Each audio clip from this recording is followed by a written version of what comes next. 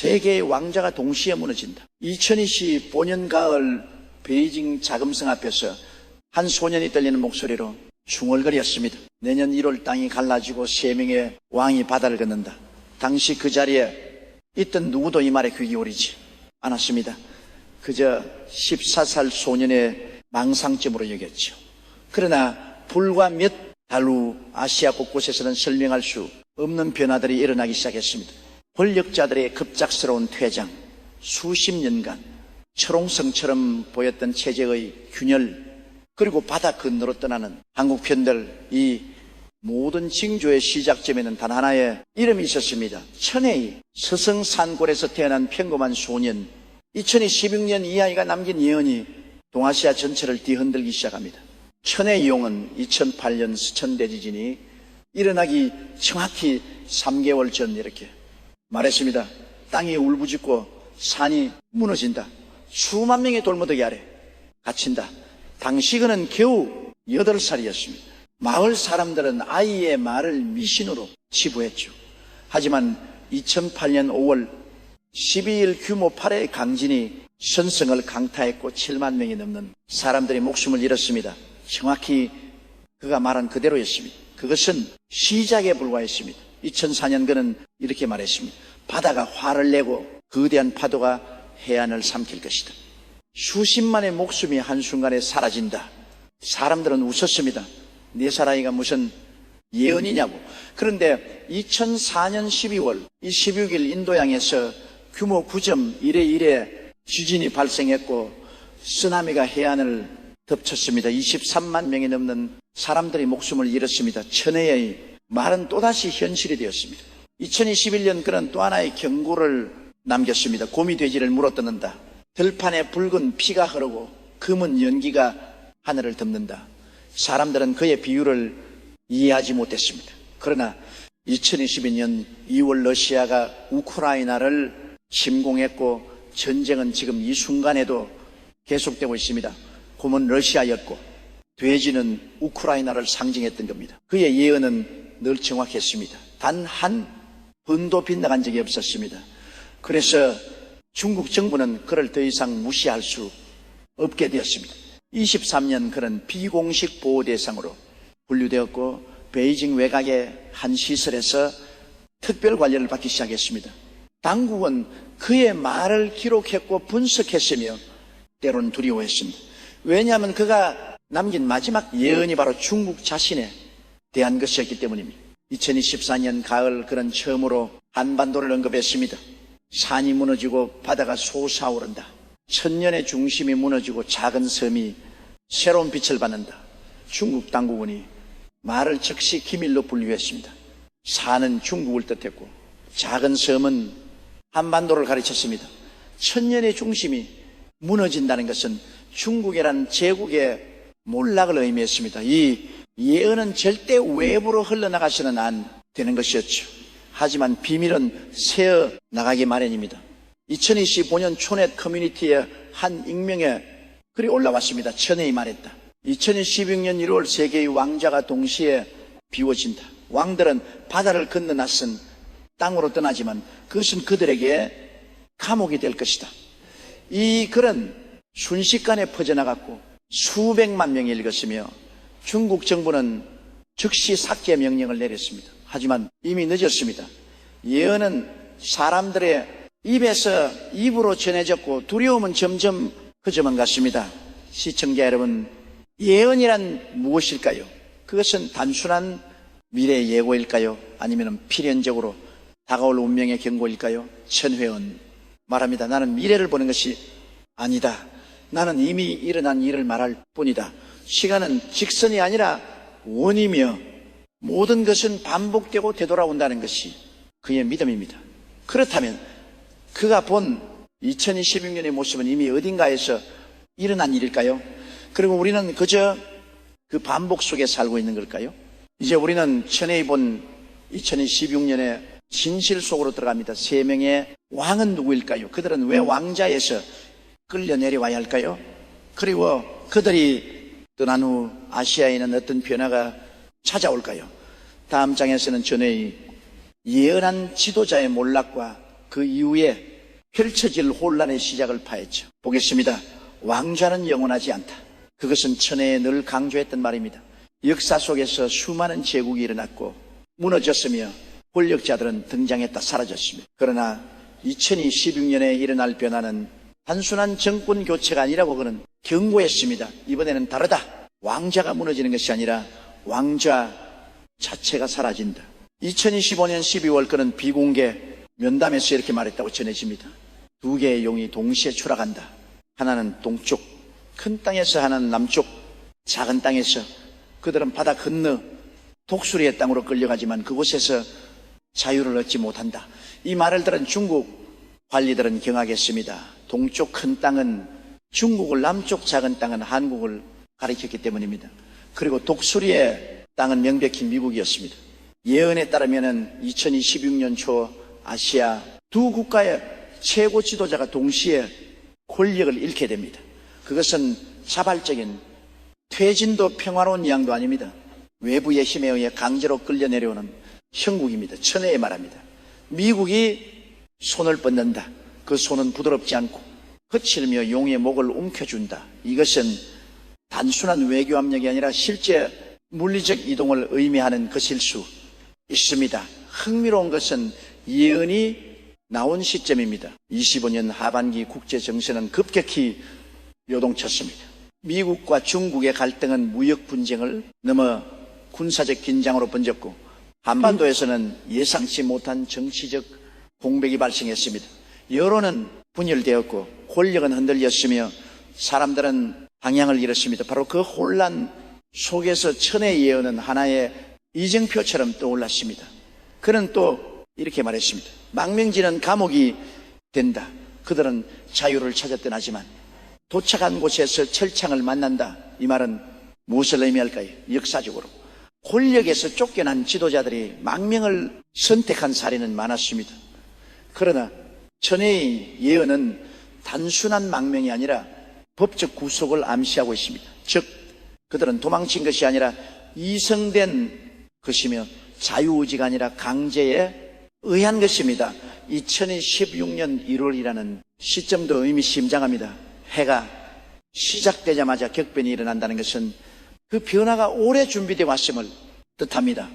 마치 댐에 금이 가고 떠 가다가 마침내 무너지는 순간처럼 2016년 1월은 그 임계점인 셈입니다. 그리고 그 무너짐은 한 나라만의 문제가 아니라 동아시아 전체를 뒤흔들 사건이 됩니다. 한편 한국에 대한 예언도 충격적입니다. 천혜용은 말합니다. 남쪽 땅의 지도자는 모든 말이 거짓으로 드러난다. 사람들은 배신감에 분노하고 광장은 함성으로 가득 찬다. 이것은 단순한 정치적 실망이 아니라 신뢰의 완전한 붕괴를 의미합니다. 지도자가 했던 모든 약속, 모든 발언, 모든 정책이 흙으로 판명된다는 그것은 그 사회가 근본부터 흔들린다는 뜻입니다. 그렇다면 이 세 명의 지도자는 정확히 누구일까요? 천회. 이 용은 직접적인 이름을 밝히지 않았습니다. 하지만 그가 남긴 단서들을 종합해보면 윤곽이 드러납니다. 동쪽 큰 땅의 용은 붉은 별 아래 앉아있다. 중국의 최고 지도자를 가리키는 말입니다. 남쪽 작은 땅의 용은 푸른 깃발을 들었지만 깃발은 찢어진다. 한국의 지도자를 암시합니다. 그리고 또 다른 영 하나가 북쪽 어둠 속에 숨어있지만 결국 빛을 보지 못한다. 이것은 북한의 지도자를 뜻하는 것으로 배석됩니다.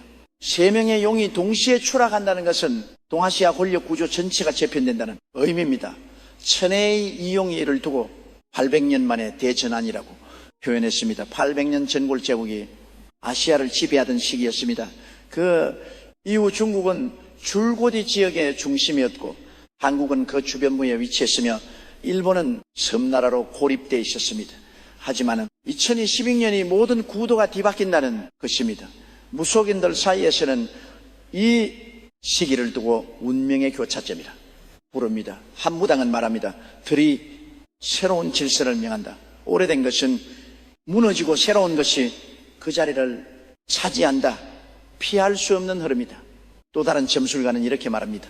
2016년은 끝이 아니라 시작이다. 몰락은 고통스럽지만 그 후에 올 변화는 희망이 될 수도 있다. 시청자 여러분, 우리는 지금 역사의 전환점을 목격하려 하고 있는지도 모릅니다. 새 명예 지도자가 동시에 무너진다. 예언은 단순한 개인의 실각이 아니라 시대 전체의 종말을 알리는 신호탄일 수 있습니다. 그렇다면 그들이 떠난 후인 자리는 누가 채울까요? 그리고 새로운 질서는 어떤 모습일까요? 다음 장에서는 천혜에 예언한 중국의 추락과 한국의 부상, 그리고 1000년 동안 이어져 온 동아시아 권력 구도의 완전한 역전에 대해 파헤쳐 보겠습니다. 산이 무너지면 바다가 솟아오른다. 이것은 천혜용이 중국과 한국의 관계를 설명하며 가장 자주 사용한 표현입니다. 오랫동안 중국은 거대한 산처럼 아시아의 중심에 버티고 있었습니다. 5000년 역사, 14억 인구, 세계 2위의 경제규모, 누구도 중국의 위상을 흔들 수 없을 것처럼 보였습니다. 하지만 천혜은 말합니다. 산이 높을수록 무너질 때 더 큰 소리를 낸다. 2025년 중국 경제는 이미 심각한 징후를 보이기 시작했습니다. 부동산 버블, 붕괴, 청년, 실업률 급증, 지방정부의 재정 파탄. 그러나 이것은 빙산의 일각에 불과했습니다. 천회에 2013년에 이미 이렇게 경고했습니다. 붉은 용의 배가 썩어 들어간다. 겉은 화려하지만 속은 텅 비어 있다. 당시 중국 당국원이 말을 억압했고 그를 감시했지만 예언은 이미 퍼져나간 후였습니다. 26년 중국은 세 가지 위기를 동시에 맞이하게 됩니다. 첫째는 정치적 공백입니다. 최고 지도자가 권좌에서 끌려 내려오면서 권력 구조 전체가 마비됩니다. 흑의 구도는 불분명하고 각 파벌은 서로를 견제하며 중앙정부의 명령은 지방까지 전달되지 않습니다. 전해 이용은 이를 두고 머리가 잘린 용은 꼬리만 미친 듯이 흔든다고 표현했습니다. 둘째는 경제 붕괴입니다. 부동산 시장은 완전히 무너지고 은행들은 연쇄부도 위기에 몰립니다. 외국 자본은 빠르게 빠져나가고 중국 기업들의 해외 상장은 중단됩니다. 실업자는 거리에 넘쳐나고 공장은 문을 닫으며 물가는 치솟습니다. 천혜에 말합니다. 사람들은 빵 한 조각을 위해 줄을 서고 도는 종이 조가리가 된다. 셋째는 사회의 분열입니다. 소수민족 지역에서는 독립운동이 다시 불붙고 홍콩과 대만은 완전히 등을 돌립니다. 내륙과 해안 도시와 농촌 부자와 가난한 자 사이의 격차는 더 이상 견딜 수 없는 지경에 이릅니다. 천의 용은 이를 두고 용의 몸이 여러 조각으로 찢어진다고 묘사했습니다. 그렇다면 중국은 완전히 무너질까요? 천의 대답은 의외입니다. 산이 무너져도 흙은 남는다. 다만 그 모습이 달라질 뿐이다. 즉 중국이라는 나라 자체가 사라지는 것은 아니지만 그 위상과 영향력은 돌이킬 수 없이 추락한다는 것입니다. 1000년 동안 지켜온 아시아 중심지의 지위는 영영 잃게 되고 세계 강대국의 자리에서도 밀려나게 됩니다. 한편이 모든 혼란 속에서 한 나라가 떠오릅니다. 바로 한국입니다. 천회 이용은 한국을 두고 작은 섬이라 불렀지만 실제로 한국은 섬이 아닙니다. 그가 섬이라 부른 것은 지리적 의미가 아니라 고립되어 있다는 상징적 표현이었습니다. 한반도는 오랫동안 강대국들 사이에 끼어 자주권을 지키기 위해 몸부림쳐 왔습니다. 중국의 속국, 일본의 식민지, 미국과 소련의 대리전 현장, 한국은 늘 누군가의 그림자 속에 있었습니다. 하지만 천혜에 말합니다. 작은 섬이 빛을 받는다. 그동안 가려져 있던 보물이 세상에 드러난다. 2026년 중국이 무너진 동안 한국은 새로운 기회를 맞이합니다. 그것은 단순한 경제 성장이 아니라 문화적, 정신적 가치관의 중심지로 부상하는 것입니다. 한국은 이미 준비되어 있었습니다. K-팝, K-라마, K-무비가 전 세계를 사로잡았고 반도체와 배터리 기술은 세계 최고 수준에 이르렀으며 민주주의와 시민의식은 어느 나라보다 성숙했습니다. 천의 이윤 이을 두고 씨앗은 오래 전에 뿌려졌다. 이제 싹이 뜨겁고 지필 시간이다라고 말했습니다. 2026년 중국의 공백을 메우는 것은 미국도 일본도 아닙니다. 한국이 그 자리를 차지합니다. 물론 영토나 인구를 보면 중국과 비교할 수 없습니다. 하지만 천혜은 말합니다. 크기가 힘이 아니다. 방향이 힘이다. 한국이 제시하는 가치관, 한국이 만들어내는 콘텐츠, 한국이 보여주는 회복력이 아시아는 물론 전 세계의 표준이 됩니다. 특히 젊은 세대가 주목합니다. 중국의 청년들은 절망 속에서 한국을 바라보고 일본의 청년들은 정체된 사회에서 벗어나 한국을 동경하며 동남아시아의 청년들은 한국을 꿈의 목천의 이용은이를 두고 작은 섬이 등대가 된다. 모든 배가 그 빛을 따라 모여든다고 표현했습니다. 하지만 부상에는 책임이 따릅니다. 천의 이용은 견고합니다. 높이 오를수록 떨어질 위험도 커진다. 자만하면 다시 무너진다. 한국이 중국의 전차를 밟지 않으려면 겸손해야 하고 열려 있어야 하며 끊임없이 변화해야 합니다. 그것이 새로운 중심지로서의 책무입니다. 역사적으로 권력의 이동은 늘 있어 왔습니다. 로마 제국이 무너지고 유럽 국가들이 부상했으며 대영 제국이 쇠퇴하고 미국이 패권을 잡았습니다. 이제 아시아에서도 그 이동이 일어나려 하고 있습니다.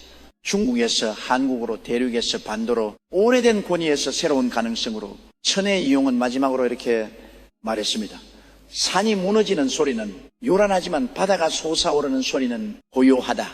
그러나 고요한 것이 더 강하다. 중국의 몰락은 전 세계가 목격할 것입니다. 하지만 한국의 부상은 조용히 깊이 그리고 확실하게 진행될 것입니다. 시청자 여러분, 우리는 지금 역사의 대전환을 목전에 두고 있습니다. 1000년 동안 이어져 온 질서가 무너지고 새로운 중심이 탄생하려 합니다. 그 중심에 한국이 있습니다. 하지만 이 변화는 저절로 오지 않습니다. 누군가는 그것을 준비해야 하고 누군가는 그것을 만들어 가야 합니다. 다음 장에서는 천의 예언한 12만 명의 청년거들이 2026년 1월에 어떤 역할을 하게 되는지, 그리고 그들이 왜 새로운 시대의 주역이 되는지 파헤쳐 보겠습니다. 12만이라는 숫자는 우연이 아니다. 천의 이 숫자를 처음 언급한 것은 2014년 봄이었습니다. 2016년 새 첫 달 10,000명의 젊은이가 광장에 모인다. 그들은 무기를 들지 않고 깃발을 흔들지 않는다. 하지만 그들의 침묵이 세상을 바꾼다. 당시 사람들은 이 말의 의미를 이해하지 못했습니다. 12만 명이 모이되 시위도 하지 않는다. 침묵으로 세상을 바꾼다. 그것이 가능한 일일까요? 천의 이용이 이 12만 명을 두고 새벽을 여는 자들이라 불렀습니다. 그들은 기존 체제에 분노하지만 파괴를 원하지 않고 변화를 갈망하지만 폭력을 거부하며 새로운 세상을 꿈꾸지만 혁명을 외치지 않습니다. 대신 그들은 조용히 연결되고 조용히 협력하며 조용히 실천합니다. 26년 1월 1일 서울 곳곳에서 젊은이들이 모이기 시작합니다. 광화문, 광장, 한강공원, 대학로, 홍대거리. 그들은 구호를 외치지 않습니다. 피켓을 들지 않습니다. 대신 그들은 앉아 있습니다. 그저 앉아서 서로를 바라보고 서로의 이야기를 듣습니다. 언론은 처음에 이것을 단순한 집회로 보도했지만 곧 뭔가 다르다는 것을 깨달았습니다. 이 12만 명은 어디서 왔을까요? 천의 음은 말합니다. 그들은 시스템에서 버려진 자들이다. 청년 실업자, 비정규직 노동자, 빚제, 시달리는 대학생 꿈을 포기한 예술가, 지쳐버린 직장인, 기존 사회가 약속했던 성공의 사다리에서 밀려난 사람들입니다. 하지만 그들은 절망하지 않았습니다. 대신 그들은 새로운 방식을 찾기 시작했습니다. 물질주의를 거부하는 것이 그 첫걸음이었습니다. 천혜이 말합니다. 그들은 돈을 버는 것이 아니라 삶을 나눈다. 이 12만 명은 경쟁 대신 협력을 선택했습니다. 서로의 재능을 공유하고 서로의 필요를 채워주며 서로의 공간을 함께 사용합니다. 돈이 중심이 아니라 관계가 중심입니다. 소유가 목표가 아니라 경험이 목표입니다. 영성을 중시하는 것도 특징입니다. 하지만 이것은 종교적 의미가 아닙니다. 천혜이 말합니다. 그들은 신을 찾는 것이 아니라 자신을 찾는다. 정상, 요가, 자연과의 교감, 예술적 표현이 이 12만 명은 내면의 평화를 추구하며 그것을 서로 나눕니다. 그들은 소비로 행복을 채우지 않고 연결을 만듭니다. 2026년 1월 이들이 모였을 때 정부는 당황했습니다. 해산시킬 명분이 없었습니다. 그들은 법을 어기지 않았고 질서를 위협하지 않았으며 폭력을 사용하지 않았습니다. 그저 모여 있을 뿐이었습니다. 하지만 그 존재 자체가 기존 시스템에 대한 조용한 저항이었습니다. 며칠이 지나자 변화가 시작되었습니다. 이 12만 명은 광장에서 내려와 거리로 들어갔습니다. 그들은 무너진 상점을 고치고 버려진 공간을 정리하며 홀로 사는 노인들을 돌봤습니다. 정부가 하지 못한 일들을 그들이 해냈습니다. 천혜의 말합니다. 권력은 명령으로 움직이지만 사랑은 행동으로 증명된다. 놀라운 것은 이들이 조직되지 않았다는 점입니다. 지도자도 없고 본부도 없으며 규칙도 없습니다. 하지만 그들은 마치 하나의 유기체처럼 움직입니다. 천의 용언이를 두고 벌집의 지혜라고 불렀습니다. 각자가 독립적이지만 전체를 위해 움직이고 각자가 자유롭지만 서로를 배려합니다. 이 움직임은 한국을 넘어 퍼져나갑니다. 일본에서 중국에서 동남아시아에서 젊은이들이 이 소식을 듣고 똑같은 행동을 시작합니다. 그들도 광장에 모이고 그들도 서로를 돕고 그들도 새로운 방식을 실천합니다. 천혜이 말합니다. 물결은 작게 시작하지만 결국 바다 전체를 움직인다. 무속인들은 이 12만 명을 두고 하늘이 보낸 씨앗이라고 말합니다. 오랜 예언서에도 비슷한 내용이 있습니다. 말세 젊은이들이 일어나 새로운 세상을 이은다. 하지만 그것은 폭력적인 혁명이 아니라 평화로운 전환입니다. 파괴가 아니라 창조입니다. 대립이 아니라 화합입니다. 26년 2월이 되자 이 움직임은 사회 전반으로 확산됩니다. 기업들은 경쟁 대신 협력을 말하기 시작하고 학교들은 성적 대신 인성을 강조하며 정부는 성장 대신 행복을 정책 목표로 삼습니다. 12만 명이 시작한 작은 변화가 전체 시스템을 바꿔놓은 것입니다. 천혜은이 12만 명에 대해 마지막으로 이렇게 말했습니다. 그들은 영웅이 아니다. 평범한 사람들이다. 하지만 평범한 사람들이 함께 움직일 때 기적이 일어난다. 새로운 사회의 기초는 위대한 지도자가 아니라 평범한 시민들의 연대 속에서 만들어집니다. 시청자 여러분, 역사를 바꾸는 것은 권력자가 아니라 민중입니다. 혁명을 만드는 것은 무기가 아니라 의지입니다. 전에 본 12만 명은 단순한 숫자가 아닙니다. 그것은 새로운 시대를 열어넣으며 낡은 질서를 대체할 가능성이며 미래를 향한 희망입니다. 다음 장에서는 천혜에 예언한 사회적 소멸, 2016년 1월 한 인물이 맞이하게 될 영적 죽음의 의미와 그것이 사회 전체에 어떤 메시지를 던지는지 파헤쳐 보겠습니다. 죽음에는 두 가지가 있다. 육체의 죽음과 영혼의 죽음. 천혜은 2016년 1월에 대해 이렇게 말했습니다. 한 사람이 살아있어도 죽은 자가 된다. 심장은 뛰지만 이름은 지워진다. 이것은 무엇을 의미할까요? 그는 또 이렇게 덧붙였습니다. 세상은 그를 더 이상 기억하지 않는다. 마치 처음부터 존재하지 않았던 것처럼 사회적 소멸, 이것은 물리적 죽음보다 더 잔인할 수 있습니다. 한 인물이 모든 기록에서 지워지고 모든 대화에서 사라지며 모든 기억에서 삭제됩니다. 그는 여전히 쉬고 있지만 사회는 그의 존재를 인정하지 않습니다. 천혜의 영혼이를 두고 산 자의 무덤이라 불렀습니다. 2016년 1월 이런 일이 실제로 일어납니다. 한 인물이 사회적으로 완전히 지워지는 것입니다. 그것은 법적 처벌도 아니고 물리적 격리도 아닙니다. 대신 집단적 거부입니다. 사람들은 더 이상 그의 이름을 입에 올리지 않고 언론은 더 이상 그에 대해 보도하지 않으며 역사는 더 이상 그를 기록하지 않습니다. 천회 이용원이 인물에 대해 구체적으로 말하지 않았습니다. 하지만 단서는 남겼습니다. 그는 한때 많은 사람의 사랑을 받았다. 하지만 그 사랑은 거짓 위에 세워진 것이었다. 즉이 인물은 과거의 권력이나 명성을 가졌던 사람입니다.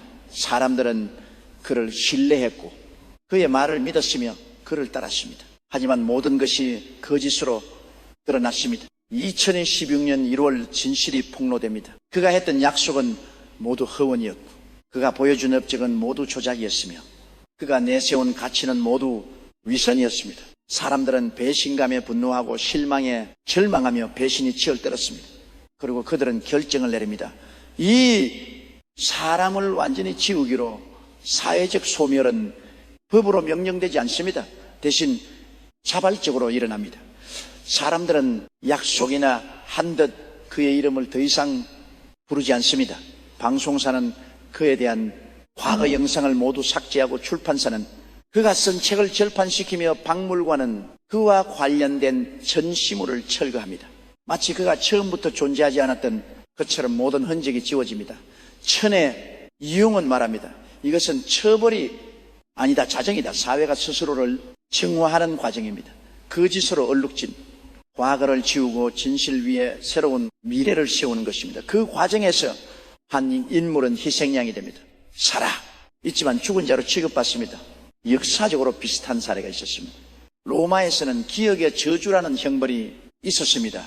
반역자의 이름을 모든 기록에서 지우고 그의 동상을 부으며 그의 업적을 말살하는 것입니다. 소련에서는 숙청당한 인물들의 사진이 공식 기록에서 사라졌습니다. 마치 그들이 처음부터 존재하지 않았던 것처럼 2012년 한국에서도 똑같은 일이 일어납니다. 하지만 천혜은 경고합니다.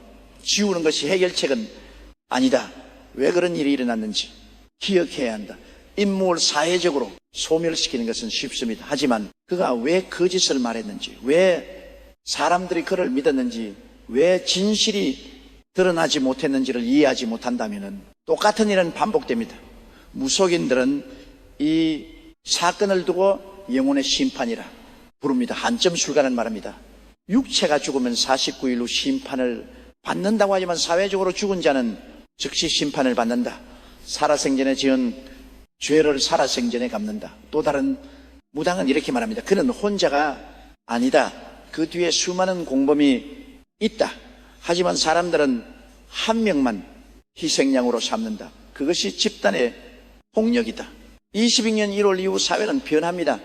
사람들은 더 이상 무조건 믿지 않고 더 이상 쉽게 따르지 않으며 더 이상 맹목적으로 열광하지 않습니다. 한 번의 배신이 전체 사회의 백신이 된 것입니다. 천혜원 말합니다. 고통은 가르침이다. 상처는 교훈이다. 그렇다면 사회적으로 소멸된 그 인물은 어떻게 될까요? 천회웅은 말합니다. 그는 홀로 남겨진다.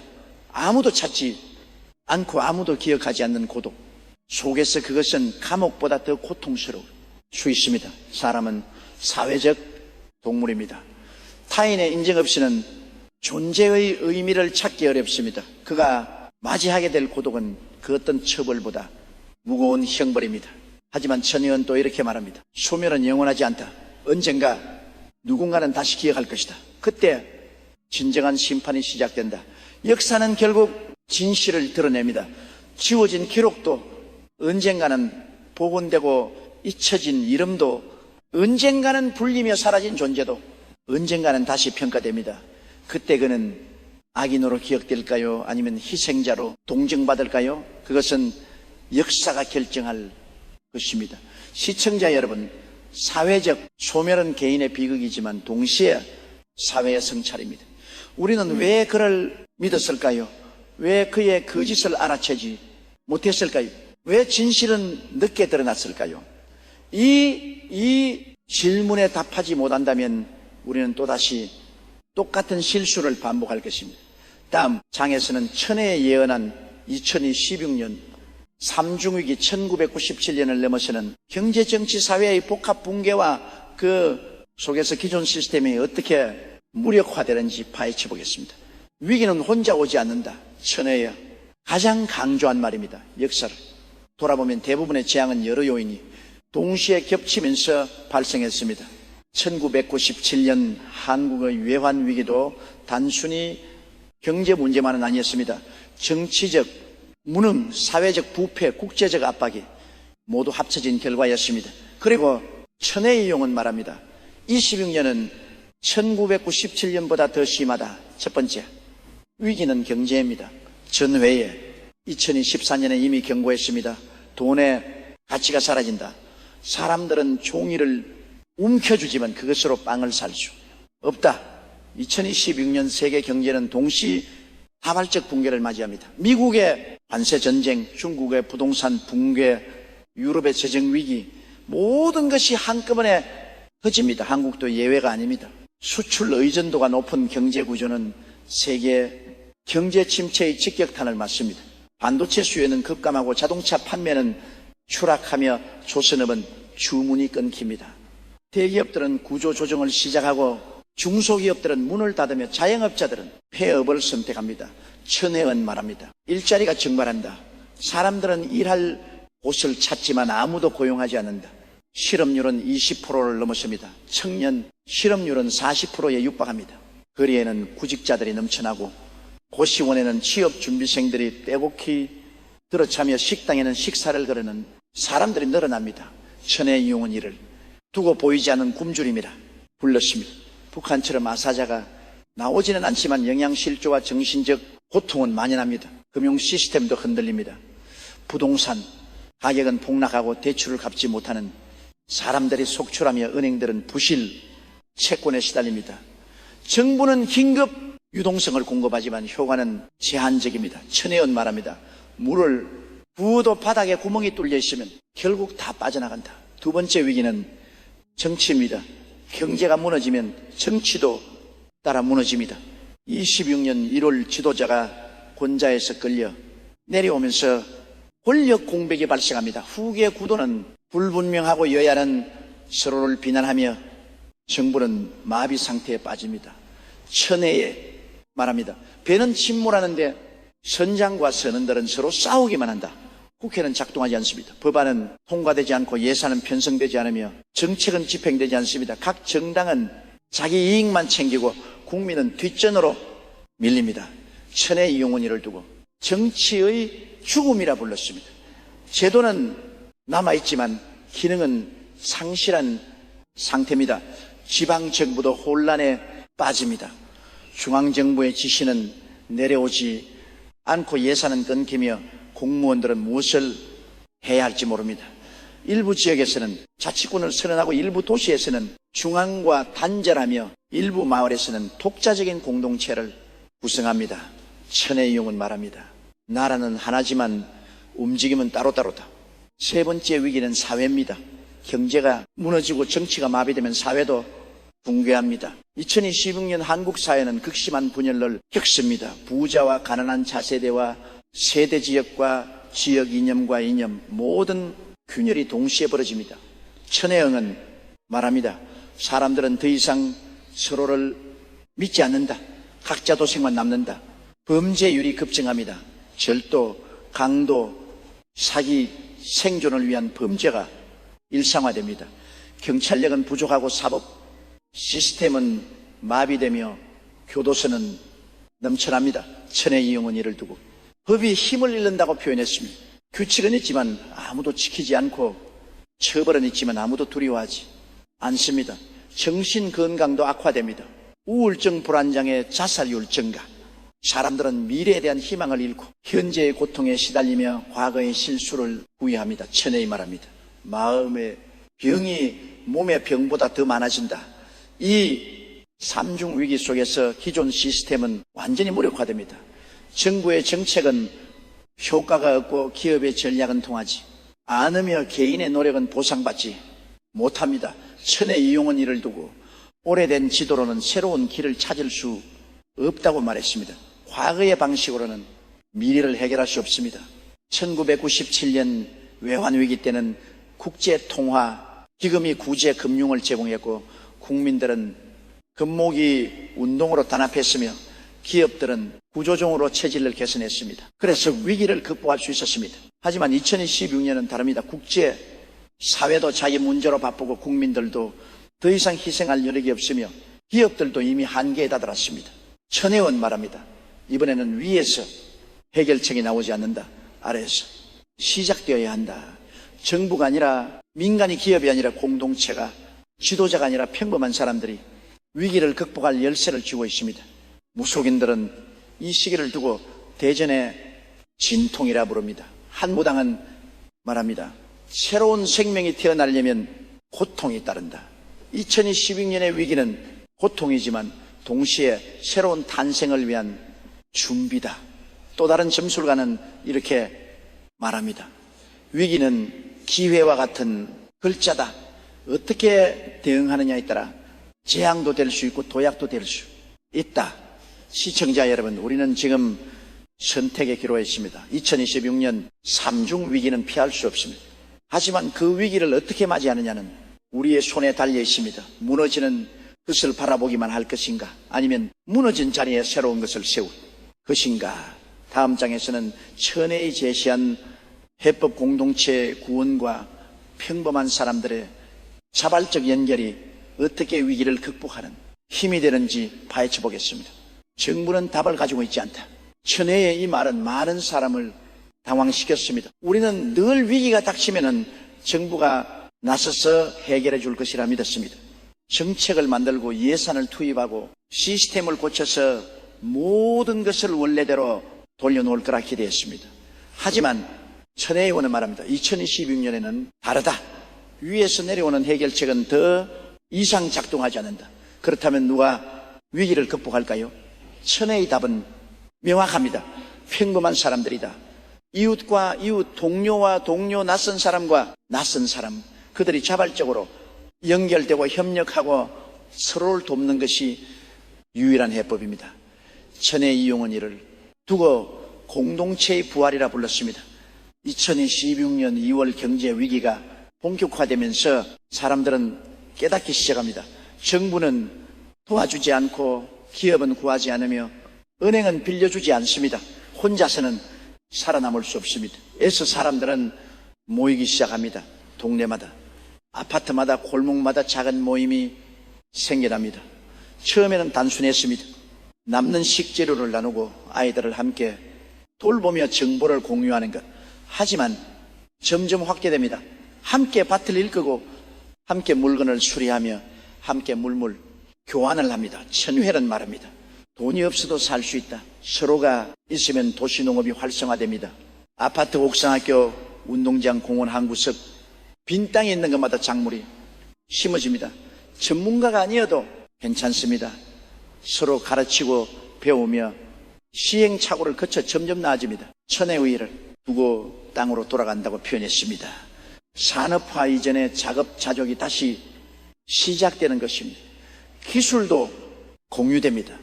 목공, 재봉, 수리, 요리, 각자가 가진 기술을 서로에게 가르칩니다. 학원에 다니지 않아도 배울 수 있고 돈을 내지 않아도 익힐 수 있습니다. 천혜은 말합니다. 지식은 나눌수록 늘어난다. 물건도 공유됩니다. 공구, 채곳, 가전제품, 개인이 소유할 필요 없이 공동으로 사용합니다. 필요할 때 빌려 쓰고 다 쓰면 돌려주는 시스템이 자연스럽게 형성됩니다. 천혜의 이용은 이를 두고 소유보다 사용이라 표현했습니다. 공간도 공유됩니다. 빈집은 공동, 작업장이 되고 폐기는 공동 주거지가 되며 버려진 상가는 공동 식당이 됩니다. 임대료를 낼 수 없는 사람들이 모여 함께 공간을 만들고 함께 관리하며 함께 사용합니다. 천혜의 용은 말합니다. 벽은 사람을 가르지만 문은 사람을 이어준다. 앞에 대신 품맛이가 늘어납니다. 내가 너를 도우면 네가 나를 돕는 방식, 돈 없이도 가치를 교환할 수 있습니다. 시간을 주고 시간을 받으며 노동을 주고 노동을 받습니다. 천혜 이용은 이를 두고 신뢰의 경제라 불렀습니다. 가장 놀라운 것은 이 모든 것이 조직되지 않았다는 점입니다. 정부가 지시하지 않았고 기업이 주도하지 않았으며 단체가 이끌지 않았습니다. 그저 필요에 의해 자연스럽게 발생했습니다. 천혜의 말합니다. 위기는 본능을 깨운다. 인간은 원래 협력하도록 만들어졌다. 공동체 운동은 빠르게 확산됩니다. 서울에서 시작된 움직임이 부산으로, 대구로, 광주로 퍼져나갑니다. 도시에서 농촌으로, 젊은이에서 노인으로 모든 계층이 참여합니다. 전에 이용은 이를 두고 물결이 바다를 만든다고 표현했습니다. 2026년 6월이 되자 한국은 완전히 달라져 있습니다. 경제 지표는 여전히 나쁘고 정치는 여전히 혼란스러우며 사회는 여전히 불안합니다. 하지만 사람들은 더 이상 절망하지 않습니다. 왜냐하면 서로가 있기 때문입니다. 천혜의 말합니다. 시스템은 무너졌지만 사람은 남아있다. 그것으로 충분하다. 무속인들은 이 현상을 두고 상생의 부활이라 부릅니다. 한 무당은 말합니다. 오래전 우리 조상들도 이렇게 살았다. 둘의 품맛이게 공동체 근대화 과정에서 잊혀졌던 것들이 다시 살아나고 있다.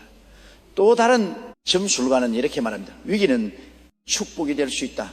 잃어버렸던 것을 되찾는 기회가 되기 때문이다. 국제 사회도 주목합니다. 서구 언론들은 한국의 공동체 운동을 집중 보도하기 시작합니다. 경제 위기를 정부 정책이 아니라 시민 협력으로 극복하는 모습이 신선한 충격으로 다가옵니다. 일본, 중국, 동남아, 아시아에서도 비슷한 움직임이 일어나기 시작합니다. 천혜은 말합니다. 한국은 작지만 영향은 크다. 작은 씨앗이 큰 나무가 된다. 하지만 천혜은 경고도 있지 않습니다. 공동체는 유지하기 어렵다. 시간이 지나면 이기심이 다시 고개를 든다. 위기 속에서 시작된 협력이 평화 속에서도 지속되려면 끊임없는 노력이 필요합니다. 서로를 신뢰하고 서로를 존중하며 서로를 배려하는 문화가 뿌이내려야 합니다. 그는 또 이렇게 말합니다. 공동체는 폐쇄되어서는 안 된다. 열려 있어야 한다. 내부 구성원만 챙기고 외부인을 배척한다면 그것은 진정한 공동체가 아닙니다. 새로운 사람을 받아들이고 다른 공동체와 교류하며 끊임없이 확장해야 합니다. 시청자 여러분, 2016년 위기는 끝이 아니라 시작입니다. 낡은 시스템이 무너진 자리에 새로운 질서가 세워지고 있습니다. 그 질서는 위에서 강요되는 것이 아니라 아래에서 자라나는 것입니다. 경쟁이 아니라 협력 소유가 아니라 공유 개인이 아니라 공동체, 이것이 천혜에 본 미래의 모습입니다. 다음 장에서는 마지막으로 천혜에 남긴 준비의 메시지, 예언은 확정된 운명이 아니며 우리가 어떻게 준비하느냐에 따라 피해를 최소화할 수 있다는 희망의 이야기를 전하겠습니다. 미래는 바꿀 수 있다. 천혜용이 마지막까지 강조한 말입니다. 많은 사람이 예언을 숙명으로 받아들입니다.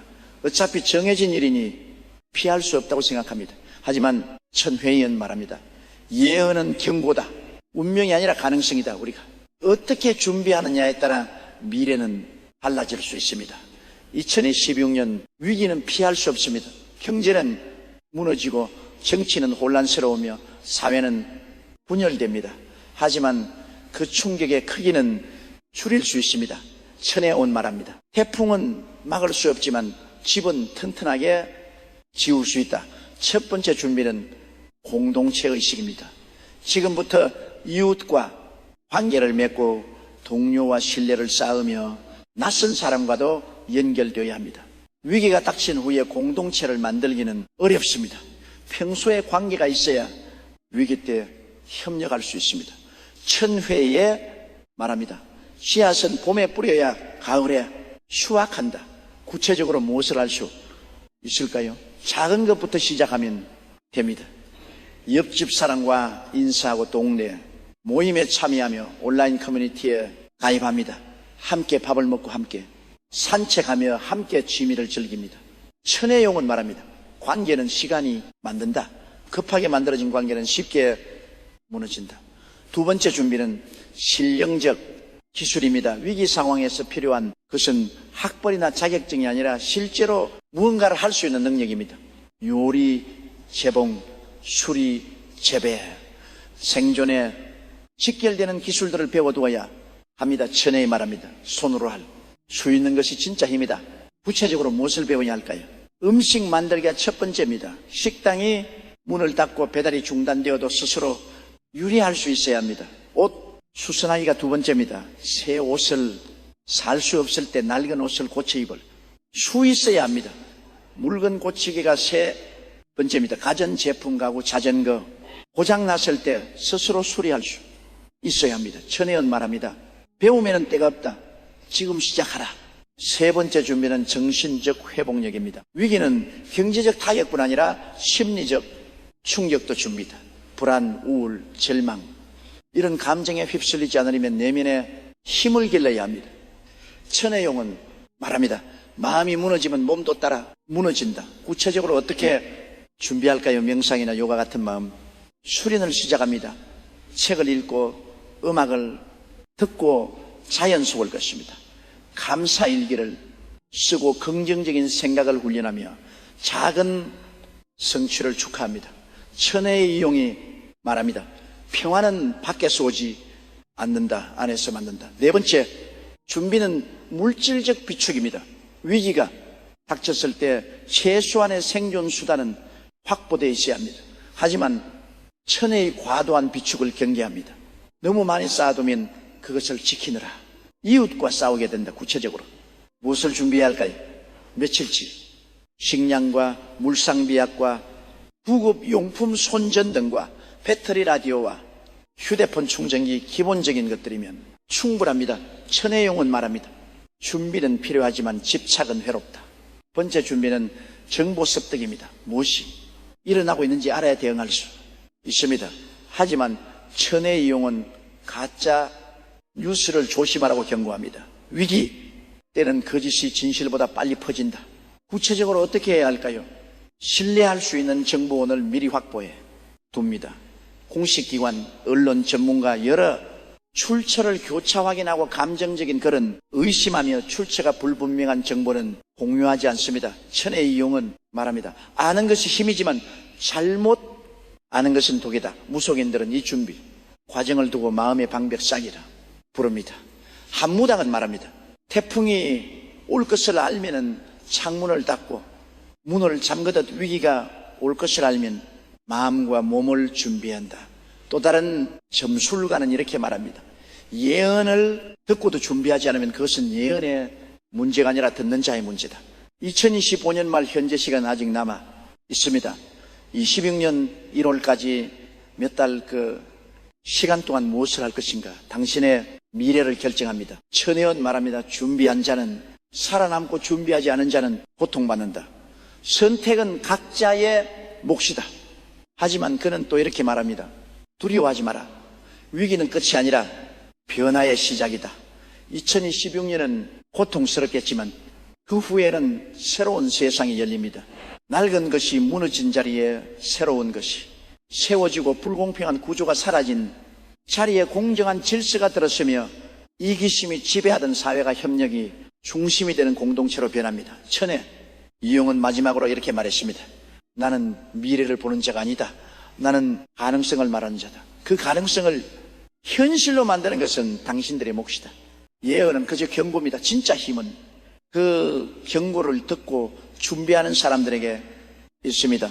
시청자 여러분, 우리는 지금 선택의 순간에 있습니다. 2026년을 재앙으로 맞이할 것인가, 기회로 만들 것인가, 혼자 견딜 것인가, 함께 이겨낼 것인가, 무너지는 것을 바라만 볼 것인가, 새로운 것을 세울 것인가, 그 선택은 지금 이 순간 당신의 손에 달려 있습니다. 천혜의 예언은 끝났습니다. 하지만 이야기는 이제 시작입니다. 2016년 1월은 멀지 않았습니다. 세계의 왕자가 무너지고 12만 명이 모이며 공동체가 부활하는 그날까지 우리에게 남은 시간은 많지 않습니다. 지금부터 준비하십시오. 이웃과 손을 잡으십시오. 함께 하십시오. 미래는 예언으로 결정되지 않습니다. 미래는 준비하는 자들이 만듭니다. 당신이 바로 그 주인공입니다. 끝까지 시청해 주셔서 감사합니다. 이 영상이 도움이 되셨다면 구독과 좋아요 부탁드립니다. 그리고 더 많은 사람에게 이 메시지가 전달될 수 있도록 공유해 주세요. 함께 준비하고 함께 이겨냅시다.